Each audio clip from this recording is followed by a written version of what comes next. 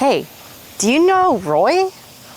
Roy G. Biv? There's an infinite number of colors that you could use. How do you pick? So, where do I get my inspiration from? Sometimes I get inspiration while walking the dog. Sometimes I get colors from my dreams. Sometimes I get inspiration while I'm in the shower. I use AI for all kinds of things throughout the day. And today, we're gonna ask it which colors to use for a painting. All right, so if you were going to pick, 3 to 5 colors for an abstract painting, what colors would you pick? No explanation needed. Turquoise, deep magenta, burnt orange, charcoal gray, and gold. Ooh, that's interesting. Let's put that artificial inspiration to use.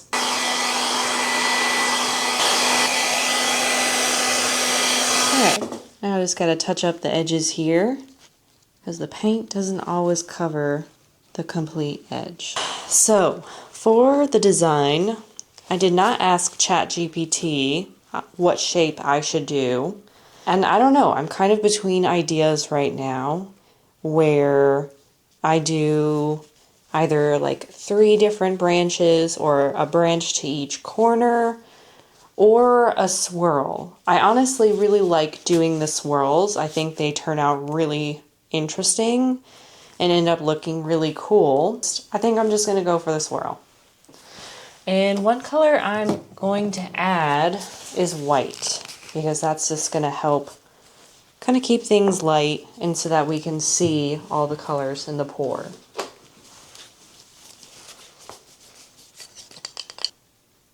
Yeah, that's good to go.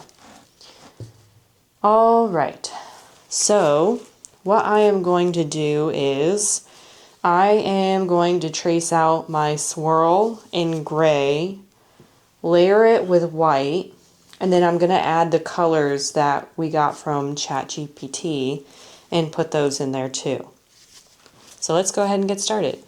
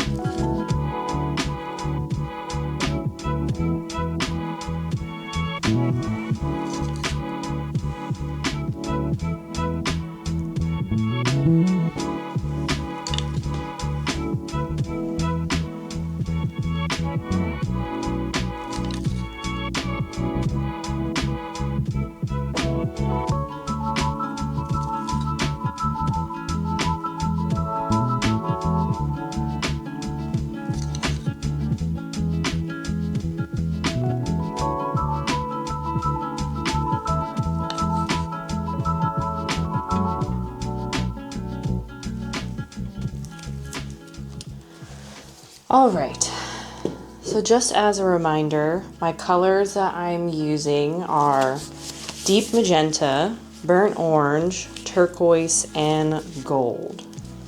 For the layer of the colors, I'm thinking that I would use deep magenta, then orange, then gold, then turquoise.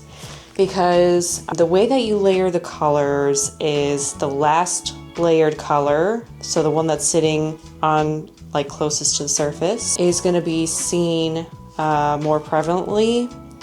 And I don't really want the gold to like just be sitting on top. I think the turquoise is going to look really nice.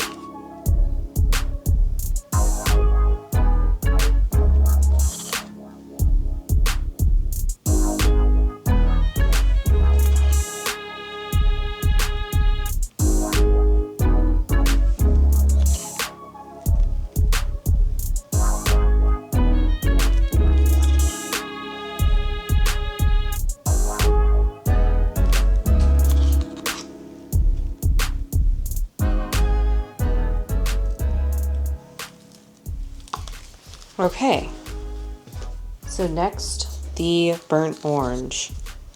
And you'll see me kind of start in different spots, and that's because starting from the same spot ends up getting a lot more paint than the other areas. So I want to make sure that it's kind of dispersed.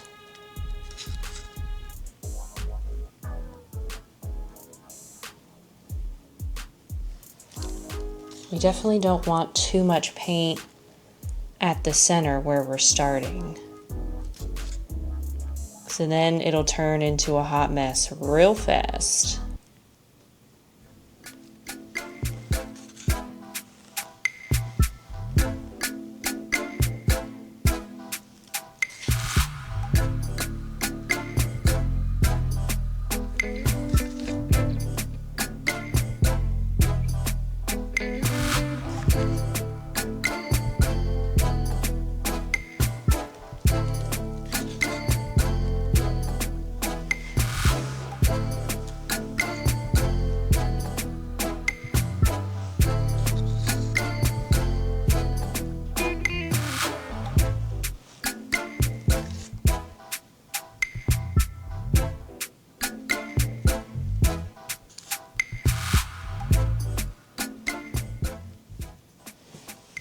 All right, that looks pretty good to me.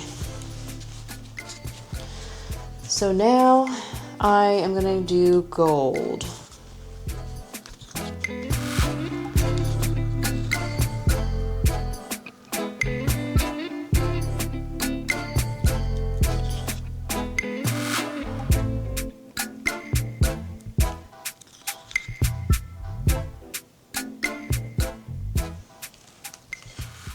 We should get some nice cells in this piece with using the gold. Usually metallic acrylics have an oil that helps kind of keep the metallicized paint together, and that is a really great cell activator for fluid art.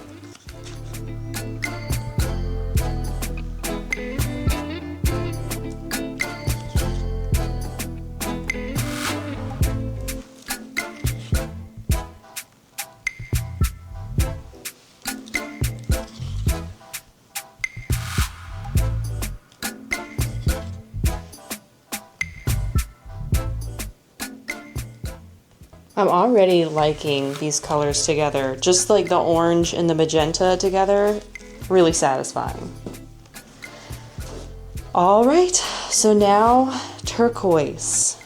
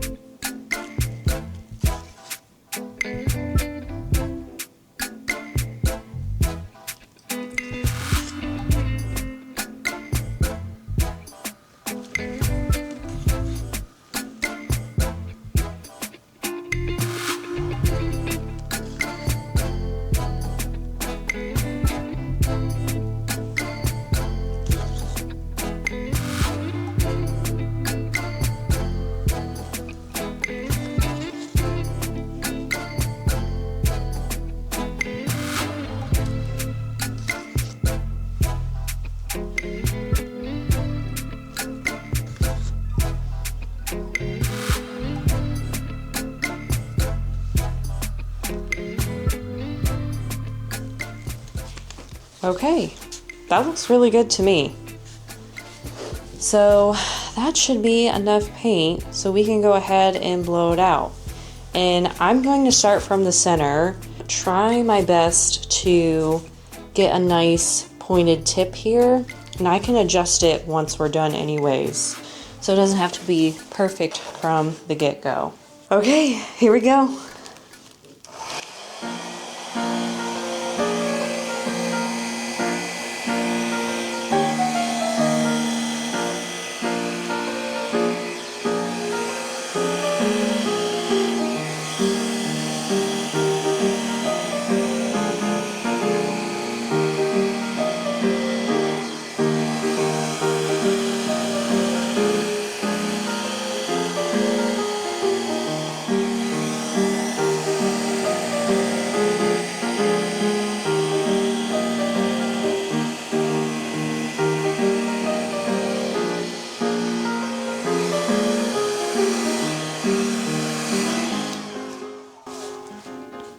Wow. That is super cool. I love the orange and magenta together. You get like little bits of the turquoise in here, which I'm kind of surprised. I thought I would see more of it. But I think maybe I used a lot of the orange, or maybe it's just such a strong color that it kind of took over. I am going to fluff out this edge here and then in this corner. So let's go ahead and do that.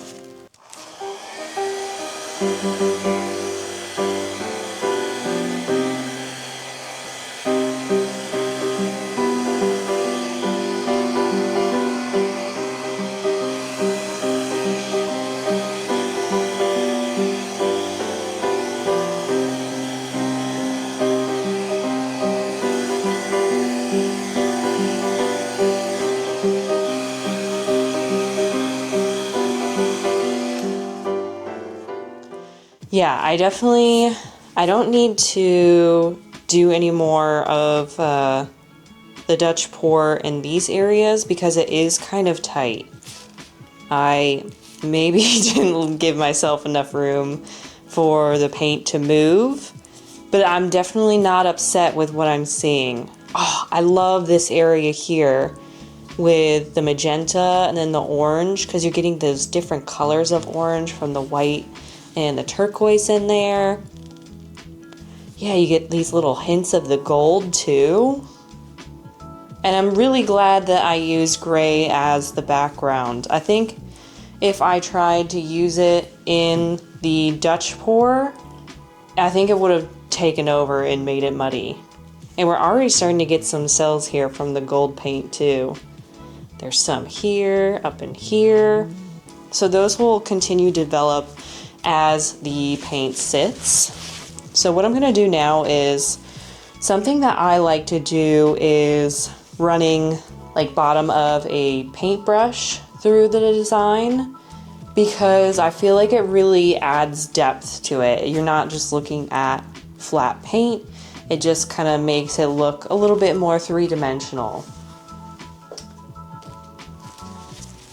All right.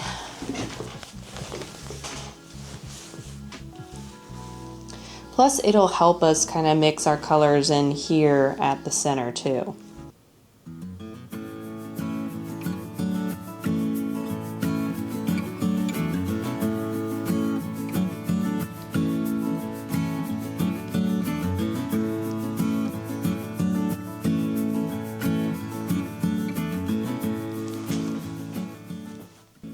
Wow.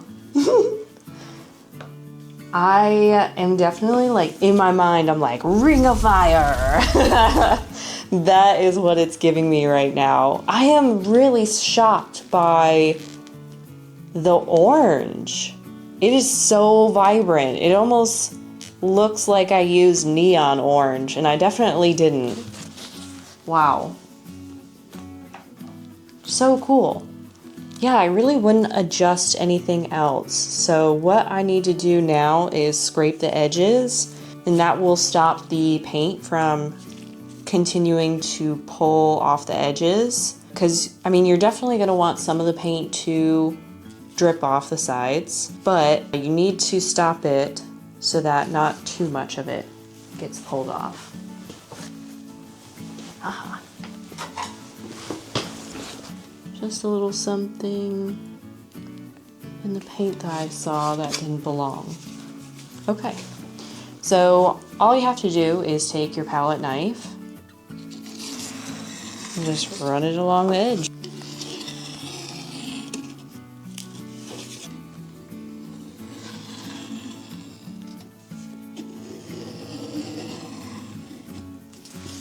All right, and that's all that there is to it. Wow. It'll be really interesting to see as well if the colors kind of darken as it dries. So typically when I use this kind of deep magenta, it does dry a bit darker. Really, really shocking. Good job, AI. Great combo.